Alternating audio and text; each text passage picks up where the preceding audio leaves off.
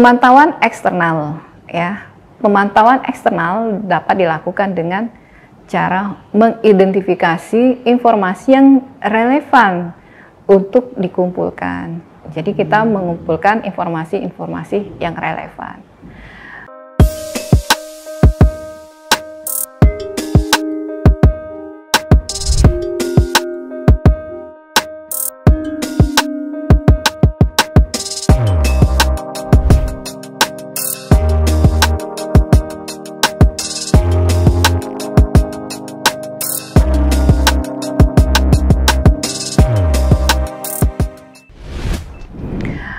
Tentu saja program dan sistem manajemen yang ditujukan untuk meningkatkan dari salah satu faktor penentu kinerja tersebut kadang-kadang memiliki efek-efek atau dampak ya yang tidak diinginkan pada kinerja ini seiring dengan persisten waktu. Jadi kadang-kadang memiliki efek samping yang bisa positif, bisa juga negatif, ya. Jadi tentu saja program dan sistem tersebut harus kita seimbangkan dan disesuaikan dengan kondisi-kondisi yang diperlukan dalam rangka meningkatkan kinerja organisasi. Baik, kita lanjutkan materi kita selanjutnya mengenai bagaimana pemimpin mempengaruhi kinerja organisasi. Salah satu pendekatan yang dapat digunakan adalah dengan pendekatan perilaku kepemimpinan untuk secara langsung mempengaruhi individu dan kelompok. Perilaku seperti ini biasanya berorientasi pada hubungan yang digunakan ya, terutama untuk meningkatkan hubungan antara manusia dan sumber daya manusia. Jadi hal ini diharapkan dapat mempengaruhi kinerja organisasi dengan pemimpin secara langsung mempengaruhi atau melakukan pendekatan dengan individu dan kelompok. Dan pendekatan kedua adalah dengan membuat satu keputusan tentang strategi bersaing, ya, strategi bersaing antar sumber daya manusia itu sendiri. Kemudian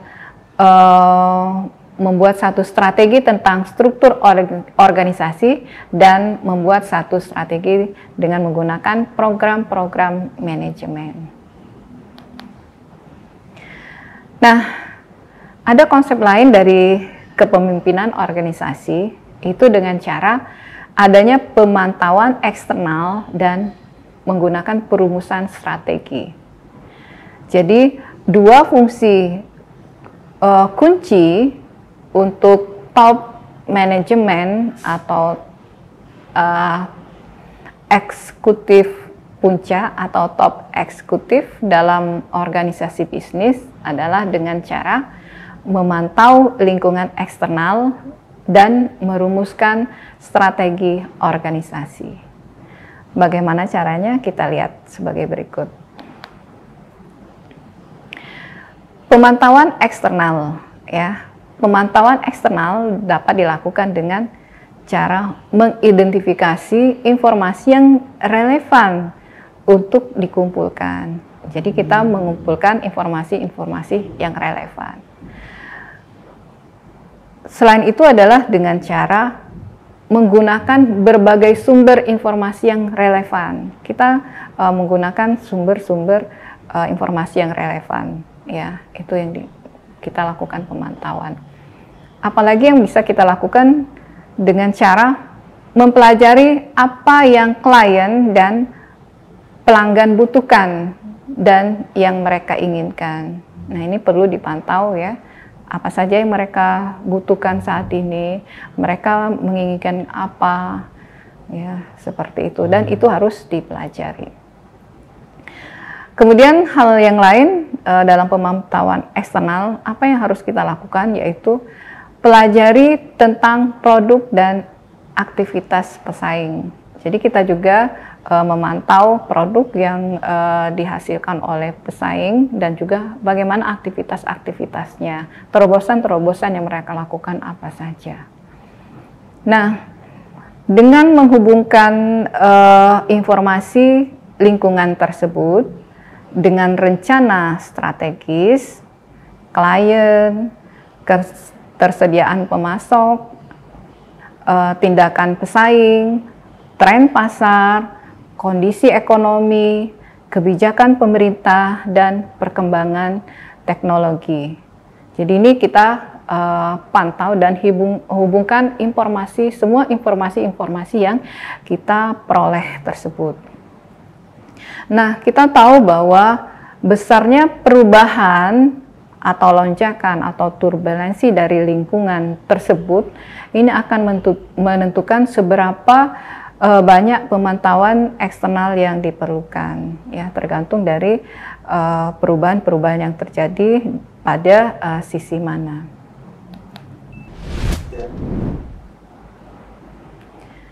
Selanjutnya adalah bagaimana mengembangkan strategis kompetitif, ya. Jadi dari hasil penelitian atau peninjauan mengenai perumusan strategi dan perencanaan strategis oleh top eksekutif menunjukkan bahwa kita dapat meningkatkan kinerja organisasi dan lebih penting dalam lingkungan yang kompleks dan dinamis dengan ancaman dan banyak ancaman-ancaman dan peluang-peluang tersebut, ya. Jadi bagaimana kita memerlukan strategis, ya, kompetitif, di mana ini sangat penting pada kondisi organisasi yang banyak memiliki peluang, juga banyak memiliki ancaman-ancaman. Dan disinilah kita memerlukan strategi-strategi yang kompetitif. Nah, strategi yang relevan biasanya kita memperhitungkan perubahan dalam lingkungan eksternal dan realistis dalam hal kekuatan dan kelemahan organisasi. Kita harus memiliki strategi di mana strategi tersebut juga harus mencerminkan misi dan prioritas utama dari tujuan organisasi. Jadi jangan, ini hal yang penting, ya, bahwa strategi kita itu harus mencerminkan visi dan prioritas tinggi dari organisasi kita. Baik, kita lanjutkan dengan pedoman kepemimpinan strategis. Ini poin-poin penting kita. Bagaimana pedomannya? Yaitu pertama, tentukan tujuan dan prioritas jangka panjang. Kemudian selanjutnya adalah pelajari apa yang klien dan pelanggan butuhkan dan inginkan. Kemudian selanjutnya adalah pelajari tentang produk dan aktivitas pesaing. Selanjutnya, apa yang menjadi pedoman kepemimpinan strategis itu adalah kita menilai kekuatan dan kelemahan kita pada saat ini, ya, khususnya organisasi kita. Kemudian kita mengidentifikasi kompetensi inti, mengevaluasi kebutuhan dan perubahan besar dalam strategi, mengidentifikasi strategi yang menjanjikan, yang kira-kira bisa kita laksanakan. Kemudian kita melakukan evaluasi dari kemungkinan hasil dari suatu strategi. Ya, apakah strategi tersebut dapat dilaksanakan, ya, atau dapat diterapkan, atau kita membuat satu alternatif strategi yang lain yang sesuai dengan kebutuhan kita. Nah, setelah itu kita identifikasi strategi tersebut dan untuk melakukan hal tersebut kita melibatkan eksekutif lain dalam pemilihan strategi. Nah, dari pedoman tersebut sebenarnya bukan menggambarkan urutan-urutan langkah yang kaku, ya. Jadi bisa jadi serangkaian kegiatan-kegiatan atau langkah-langkah tersebut bisa menjadi tumpang tindih ya. Jadi komponen-komponen tersebut atau pedoman tersebut bisa merupakan satu siklus, tapi bisa jadi bisa balik lagi ke misalnya tentang bagaimana mempelajari satu produk dan aktivitas pesaing ya, bisa juga kita langsung mengevaluasi atau mengidentifikasi strategi ya, atau bisa langsung kita menilai kelemahan dan peluang kita terlebih dahulu dan seterusnya. Jadi siklus ini bisa terjadi dengan sesuai dengan kondisi dan keperluan kita. Baik, kita masuk pada sesi ringkasan ya. Ini mungkin akhir dari pembahasan kita, di mana di sini kita dapat satu ringkasan mengenai kepemimpinan, bahwa peluang untuk beradaptasi ya dengan kita menghadapi ancaman dan peluang ya, tentu saja dengan cara mempertahankan tingkat efisiensi dan keandalan. Dalam hal ini kita memerlukan satu strategis ya, di mana ini juga berhubungan dengan budaya organisasi dan nilai-nilai yang konsisten dengan misi dan strategi kompetitif dari organisasi ya. Jadi hal ini sangat penting untuk meningkatkan kelangsungan hidup ya dari satu organisasi dan pengembangan dalam beradaptasi dari ancaman dan peluangnya. Kemudian ketika terjadi perubahan dalam lingkungan eksternal ya, biasanya ini akan mempengaruhi kapasitas dari organisasi untuk menjalankan misinya ya. Jadi adaptasi yang sukses ini memerlukan bagaimana kita memahami ancaman dan peluang ya, bagaimana kita memahami adanya kemauan untuk membuat perubahan dalam proses organisasi itu sendiri ya, bagaimana kita bisa membuat satu perubahan dalam produk, layanan atau strategi-strategi kompetitif lainnya.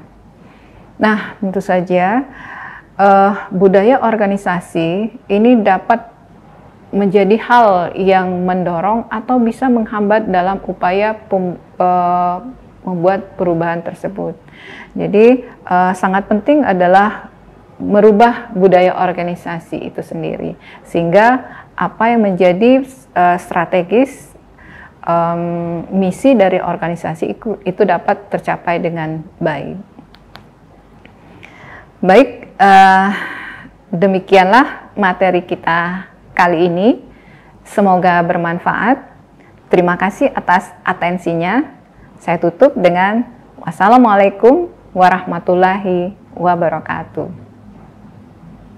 Terima kasih sudah menyaksikan video pembelajaran ini. Jangan lupa like, komen, dan subscribe, serta nyalakan tanda loncengnya agar kalian tidak ketinggalan informasi update lainnya.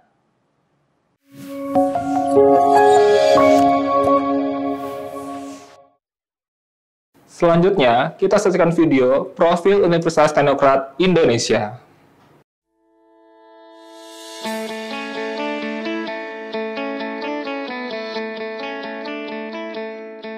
Lampung, the Treasures of Sumatra, is a province that becomes the gateway to the Sumatra Island.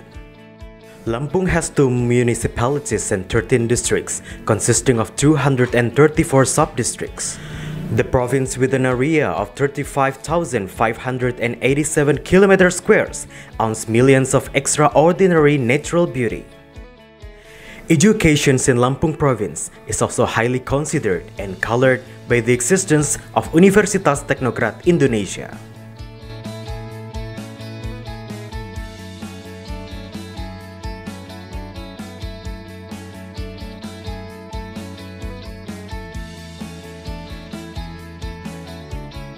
Universitas Teknokrat Indonesia has 3 faculties and 12 study programs.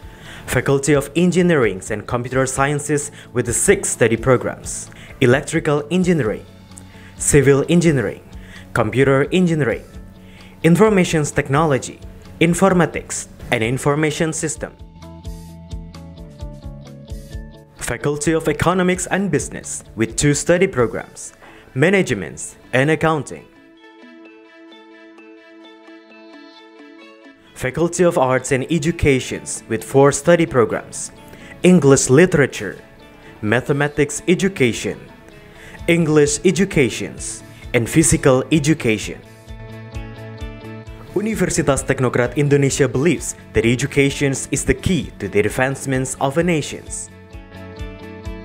Universitas Teknokrat Indonesia commits to produce and develop future leaders through the education of quality characters. This receives a very good reception and trust from the community, which is marked by an increasing interest in students from year to year. The students and lecturers have lots of achievements and awards. Also, our quality is recognized by National Accreditation Board for Higher Education and many international collaborations. Universitas Teknokrat Indonesia also prepares the students to face the globalization's era through the use of digital technology. Universitas Teknokrat Indonesia has a number of representative facilities provided to support the learning process, such as comfortable classroom, laboratories, information technology, and the internet. Our vision is to be an excellent university in Sumatra with international standard and able to play an active role in nation building through 3 pillars of higher education, comprising education, research, and community service. We have graduated outstanding students who can be accepted in state agencies and other large companies. At Universitas Teknokrat Indonesia, the students and lecturers are encouraged to create and innovate by creating products and services that benefit the community through research activities and community services. In an effort to achieve its visions and missions, the academics of Universitas Teknokrat Indonesia are guided by the organizational culture values of discipline, quality, creative, and innovative. To support the quality of learning processes, we have very complete and sophisticated facilities, including digital-based smart classroom, hotspot in campus area, sport facilities, auditorium, and students' hall. Come and be a part of us, the Campus of Champion, Universitas Teknokrat Indonesia.